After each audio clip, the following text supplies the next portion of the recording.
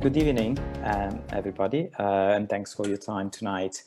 So my name is Riccardo. I am an urbanist. I choose the word very carefully because I'm a designer and I specialize in master planning, but I like the term urbanist because it explains that it's not just, when you work on places, it's not just about the spatial dimension of it, it's also about understanding its economic side, its social side, and not just about designing pretty things. So I'm always keen to insist on the importance of urbanism rather than just design.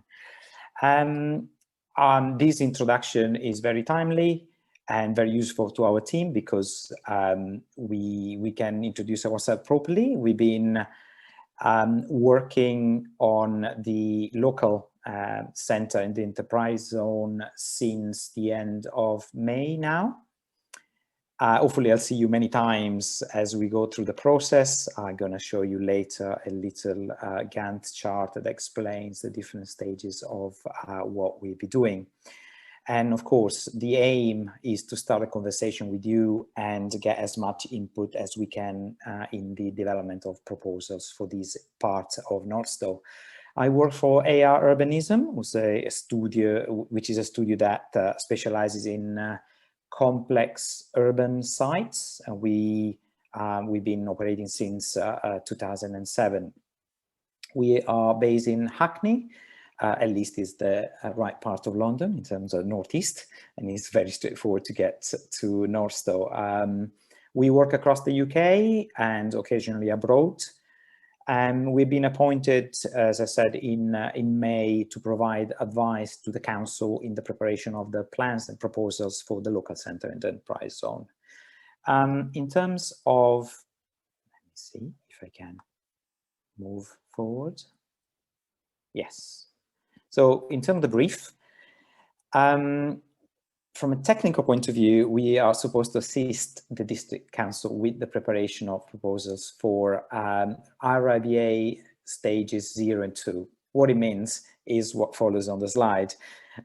So we need to help to get to an agreement on a vision to develop the local centre and enterprise zone, and therefore develop a master plan. I like to insist on the word agree because it's a co-design exercise. It's not the classic consultant that comes in, bring their idea, and then hop, there you go, you have a nice plan. Places do not really go very far if you try to shape it that way. It needs to be an exercise where there is an agreement between multiple parties and the community is leading that. At least if we're really serious about sustainability in the long term. We will have to look at, on the basis of this dialogue with the community, at design principles and broad high-level options for both the enterprise zone and the local centre. Frankly speaking, I don't like to distinguish between the enterprise zone and the local centre. It's one place and it's going to be about blending the two, and blending the two within the wider area. So I like to call it local centre, if you don't mind, for the rest of the presentation at least. We need to, and what we've been doing for the past month and a half, try to digest all the wealth of evidence that is available, because yes, we are joining the team, the wider team also for the district council now, but we need to recognize the amount of work that has already been done here. So we're catching up in terms of understanding of the place. We have been already spending time also on site. In the previous spell of summer that we had, we have been using our bikes to and walk around as well quite a lot. And we need then to come up with, to find solutions to the request and the ambition of that we will register during the process. Now, it's not me controlling the screen, just to make it clear. Thank you. We are reviewing to respond to the clear aspiration of our brief, which is to really have a truly sustainable local centre here. We are doing a review of benchmarks of national and international best practice for this type of places. And we are starting our consultation with an engagement, I'd rather say, with stakeholders and the local communities. I will give you later some details on how you can engage with us about this. At the end of this engagement and co-design process, we will also prepare an outline business case to explain how this place is going to be delivered, because it's as important as design it. There's little point to design something that is really not possible to deliver. Let me see if I can. I need help here because it's not changing slide. John, thank you. So in terms of the site, today, and in fairness, for the first stage of the development, it's not really about us coming and talking to you about our ideas. It's really a listening exercise that we're doing. So I didn't want to present a lot of those slides with design. I was just keen on two in particular. This is just an initial summary of what's going on the site and what we observed from our initial understanding. I think the most interesting elements, I think, are connectivity, first of all, especially for pedestrians and cyclists. The local center is in an amazing position, is on the way between the parkway, the park and ride, and the established early phases of development, and by the B1050. So it's in a really pivotal position, and the connectivity from all these development to these locations, whether the existing neighborhood or the future neighborhood, is paramount in order to activate and make sure that that place really serves and is accessible by everyone. There are things on site. We're not operating on a blank canvas. Even if you see a green field, there are still things that we should take into account, things that you see, including mature trees that we try to assess right now what it's possible to do with them without having to displace too many things. There is ecology.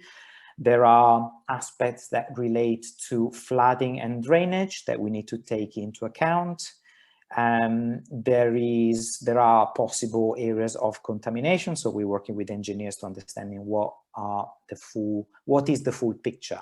We're very keen to understand how we can connect, really provide a smooth connection to the station, to the north, to the bus, guided bus service, and how we can, if you like, make the most of this connection that you see in light blue running north-south here, that runs just outside the local center. This is the proposed busway.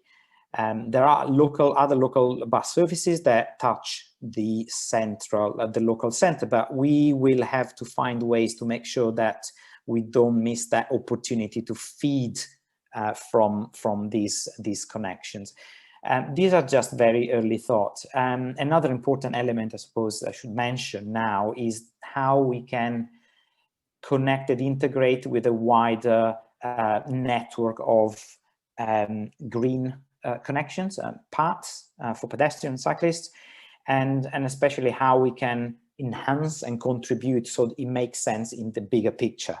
Even if the land use on this location is going to be about community and social infrastructure and employment, it doesn't mean that we need to stop all these connection and things that are happening around just at the boundary of the site. We need to bring them in and try to find a way to continue that language that is, I think, very successful, and will be even more successful in the future, but we need to provide that bridge. Now, in the previous slide, I think we skipped one. Sorry, John, I'll ask you to go back one. This is just a very abstract, probably, picture. It shows the catchment area of the local center. So the local center is in the middle of the picture here, where my cursor is. and it shows different, catchment areas of 400 meters, 800 meters, typically walkable distances. Now, at the moment, we already have about 1,500 units within this area. So it means that it's already quite a crucial amount, critical amount of people that rely and will rely even more on this location in the future. And if we are able to provide these nice walking routes, we probably also limit traffic to the development. Of course, is going to be about accessing from elsewhere also the employment zone, and part of that will be on vehicles, although we really will try our best to stimulate and enhance access via sustainable means. This is going to be even more a compelling case once all the different plots for residents are developed, in terms of the amount of people that we rely on this local center. Now I will try to go 2 slides down. It's working. This is our program. So as I mentioned, we're starting now the dialogue with you. With everybody, all the stakeholders, the business community, the residents, and we have we envisage that we're going to remain in this listening phase and early thinking until the end of the summer, effectively. So you see in green here in this picture these two numbers, 1 and 2. Basically now, from next week, and then at the beginning of September, we're going to have dedicated workshops with residents and with local businesses. We have also launched a online survey. Later I will put in the chat the links for these events, at least for the first event that is going to take place in the second half of July.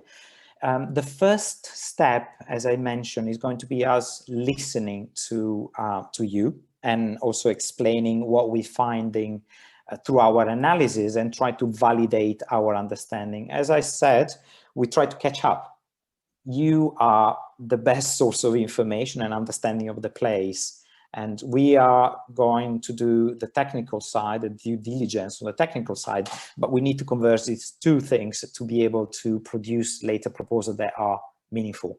So we're going to do these, and then at the beginning of September and at the beginning of October, we will start testing early ideas based on those discussions that we had so far. So in phase 2, we're going to start testing ideas, and in phase 3, in October, we will start try to bring things together into a coherent plan, and of course test it with testing with you how well we're doing, and the level of support for these type of proposals. It's going to be an important testing ground for us. We will then amend plans and seek cabinet approval, and then developed a more detailed level of design. We'd like to keep it at conceptual level, not drill into too much detail, get an agreement between all the different parties on the approach, and then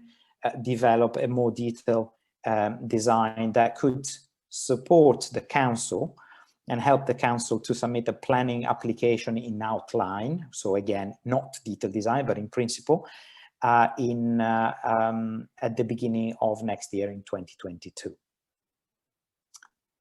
Let me see if I'm lucky with the slide changing. Yes, so we are taking a look at different levels. I'm a master planner, so my role is, if you like, the gel to bring the different disciplines together and try to find the synthesis from a spatial point of view. But so we, as AR-Urbanism, we have the master planners, but we have planners. We have a very good planner called Andy Black. We have Okra, who are a Dutch landscape design company who has already worked in the UK. I really like their work for their attention for the sustainability side, the integration of walking and cycle into the landscape proposal and streetscape proposal. We have civil engineers, expedition, and which are part of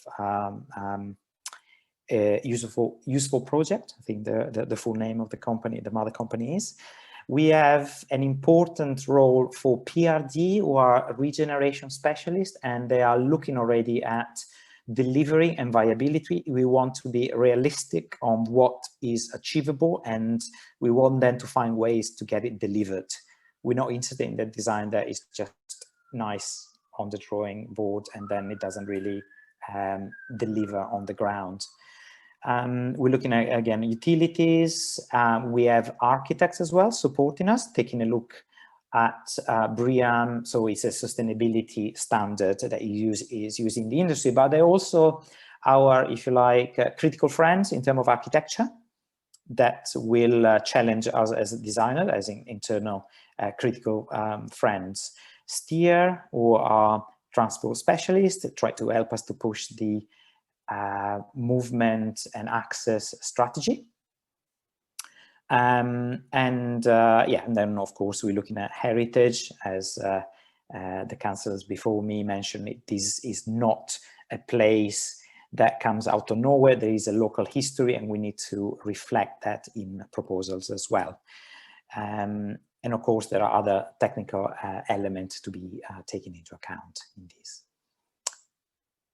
Let me see. So these are the first 2 dates for the residents and the business workshops that we have organized. I'm going to copy now this information in the chat so you can click and subscribe. Please take part in this.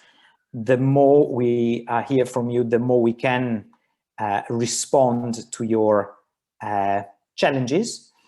I always like to say, you know, we specialists on these things. Our job is to listen, elaborate, and then get back to you.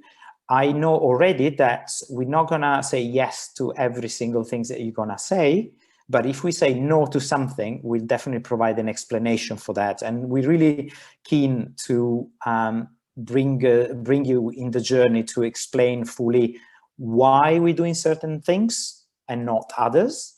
And of course, we give plenty of opportunities to challenge us on that. It happens that we have done silly things in the past, I'm not shy to say, but because of this co-design process, then we can act and amend. We don't expect to be always right or anything like that. And we normally get interesting insights and ideas from the community and local businesses. I'd rather probably shut up because I think I've used my time. I hope I've transmitted my passion for the project. We're all very excited, and we're really, now that we're finishing the due diligence and reading a lot of what's has been done so far, really move to the next stage, which is interacting with you and discussing ideas. Thank you. Great, thank you, Riccardo. Could you just how do people find out how to get onto these workshops? Assume they're virtual, and so how do they get to know where to go? Okay, so I've copied on the chat 2 sets of information here on Zoom. I'm more than happy then maybe if we need to publish it on Facebook as well. There are 2 links per event. The first link is to sign up, so to be able to attend the session. The second is to a survey. The survey is, I don't think it should consider as a substitute for the workshop. We rather have something more interactive, but the survey is something that we're keen on because it runs in the background. So if you can think of something that you don't tell us during the workshop and you want to go back and tell us more, you have a chance to do that. And of course, if you cannot attend the workshop, then you can still do the survey. But I really encourage you to take part and in a more active way at the session. The survey is good, but we like interaction, really. Great. Thanks, Riccardo. We haven't had any questions so far. So for those of you who are listening on Facebook, I've just put it into the chat. but we will do a separate post. We'll make sure that John puts them up on the Northstowe socials as well. I'm not seeing any questions in Zoom either. So with that, we'll move on. Thank you very much for your time. Thank you. Great. Okay, so next we have phase 2B in Holm, which is the urban splash development. We've got Andrew Thompson from South Coast Planning to take us through the age restricted housing portion of that urban splash development. So, Andrew.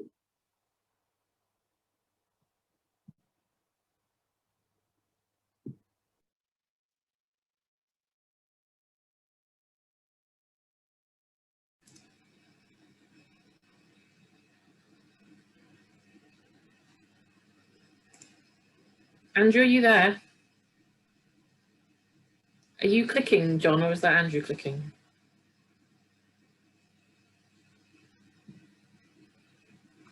That's Andrew clicking, but we can't hear him. Andrew, you're on mute. And we can't see your pretty face. I'll bring it back to the beginning again. There we go.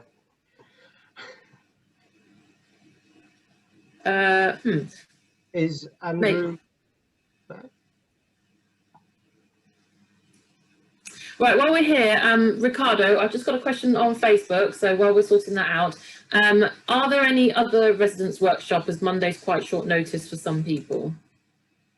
I think you showed the timeline, didn't you? Yeah, so this is the one that we have so far in the calendar. If there is a large number of people that cannot attend, I'm happy to consider another session. We advertised with leaflet and posters. I'm really sorry if it wasn't evident and clear enough. Again, if there is another good number of people that prefer to have another session, I'm more than happy to run the session. Thank you. Okay, well, perhaps we can put out a poll for this. So there is another question that's on Zoom that you should be able to see from Duncan. So similarly, Duncan would like to attend the business workshop but be away that day. Is it appropriate for him to attend the residents one?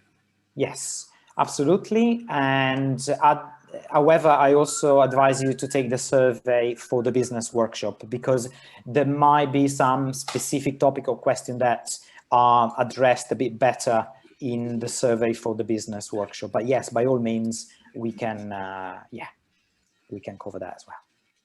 Thank you. Great, thank you. So I think that is, so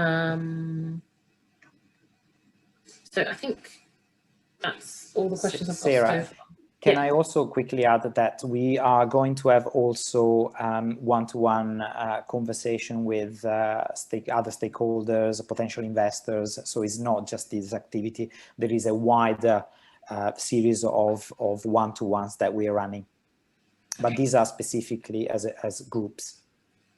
Great, thank you. Thank you very much, Riccardo. Right, I think we've sorted out our technical problems. I can now see Andrew.